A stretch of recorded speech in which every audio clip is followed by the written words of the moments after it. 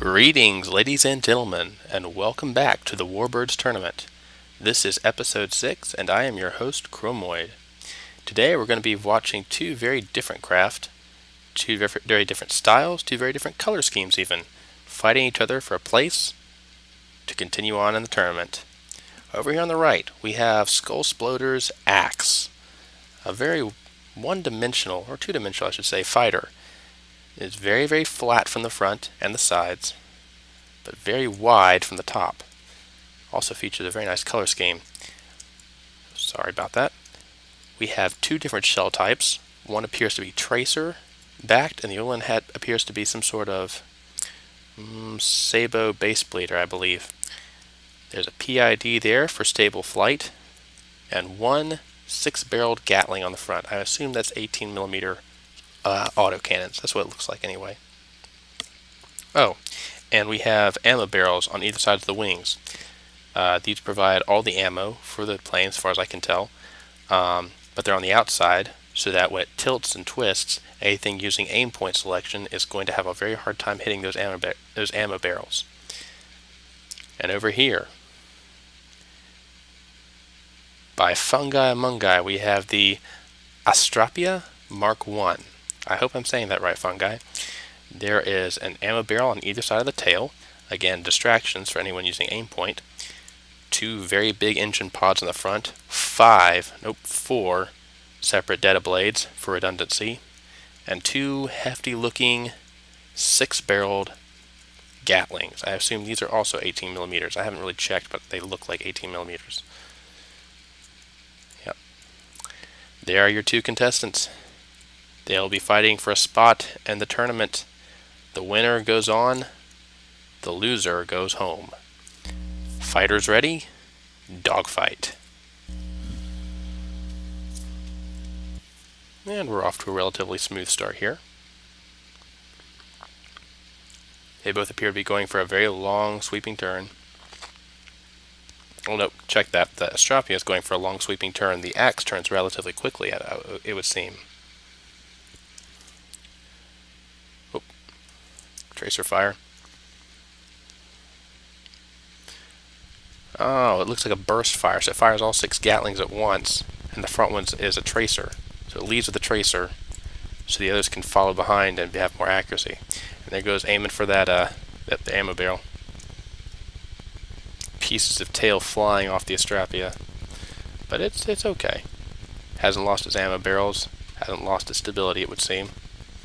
Gonna check and make sure it's not going above the acceptable height here. Give me a moment. Come here, you. Nope, 230 is fine. I know in previous episodes I've said 300 is the max. It's actually 400. Chromoid derping around again. Oh, the Axe is right on the Astrapia's tail. Fungi Mungi's ship needs to turn. His plane needs to turn around really quick if it wants a chance at this tournament. It's got to get on that Axe and do some damage. The Axe is much cheaper, and thus probably not as powerful or as strong as the Astrapia is. At least on the numbers, on paper, that's what it says. The Astrapia is around 99,000 RP.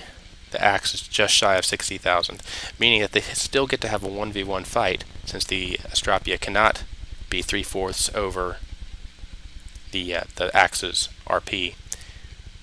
But it would appear that the Axe has the upper hand, and oh no, I think that might be a stall. I think that's a stall. I think the Astrapia has lost too many control surfaces. We've talked about this before. It's the most common cause of death in these tournaments. Not necessarily official, not true death, but official death by sinking. And there it is.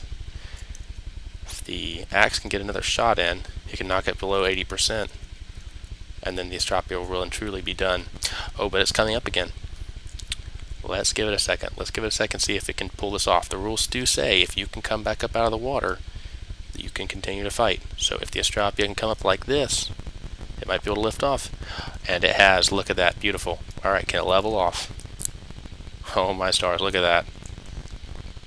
Thing of beauty. Well done, Fungi Mungi. Your craft even when it's missing most of its tail surfaces, can still pull itself back up out of the water. Unfortunately, the axe does not want it to stay out of the water, it wants to go back down. And the Astrapia is in a very, very bad position right now. If it can't pull out of this, if it can't turn itself around and get some damage laid down very quickly on that axe, it's done for, and I fear it's going down for another plunge into the ocean. And at this rate, oh dear, there goes the other ammo barrel. At this rate, this is going to continue to happen until the Astrapia can no longer pull itself back out. I know it might be a bit early, but I think this is the axe's round. Yeah. I mean, it looks like the Astrapia is trying to loop back around and pull itself back up up to the surface again. I mean, the game is called From the Depths, but no, below 80% and sinking, it could not get out of there in time, and that is a dead Astrapia. The winner of this round is the Axe by Skullsploder, flying through the debris of its enemy as it rises back from the depths. Congratulations. You win this round. Let's do the next one. And we're back, ladies and gentlemen. This is round 2 of episode 6. Last round, the Axe on the right claimed victory. Now it's the Astrapia's round to win or lose. If the Axe manages to win one more, it moves on and the Astrapia is out. But if the Astrapia can pull back a win, we have a third round for the tiebreaker. Fighters ready? Dogfight. Here they go. Alright, last time the Axe managed to get around behind the Astrapia before the Astrapia could finish its turn. Not behind it necessarily, but it pulled around quicker than the Astrapia could. Got off some opportune shots, and from there it just owned the fight. Let's see if we can change this around a bit. Ah, yes. Here we go. Now, can the Astrapia make those shots count? Last time it did not seem to be able to hit that flat plane that the Axe offers. This time it did. But that's not going to be much. The Axe has a lot more than that to it. But the Axe cannot get its guns up to bear on that Astrapia, so the Astrapia gets the first blow for free.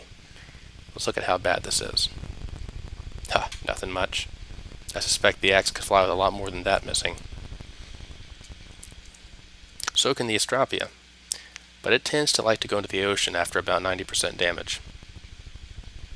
Or at 10% when it's at 90% health, I should say. I just love how ridiculously long these barrels are. Supposedly gives it better accuracy, I would think, but seems Skullsploder decided he didn't need long barrels and put a mix of tracer and regular rounds on his. We'll see who has the better layout here in a second. Oh, that's a close range brawl, but the Astrapia cannot hit that flat plane offered by Skullsploder's axe. A flurry of shots flew all around it, but could not hit it. And that is a very good exploit on Skullsploder's part of the AI's terrible targeting mechanism.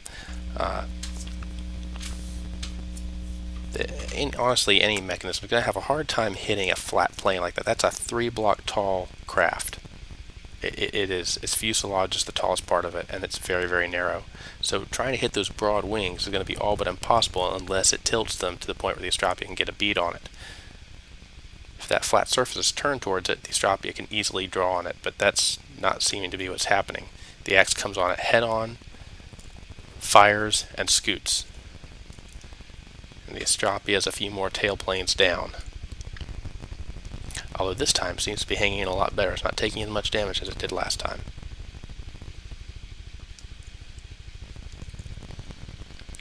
And you see there, the axe has already come back around for another go. And this time, it might be able to keep up with the Astrapia, to the point that the Astrapia, when it turns around, is going to get absolutely hammered.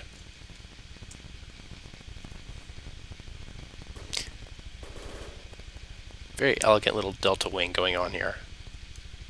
Although, if I'm going to be fair, I really like I just like the sturdy look of the Astrapia.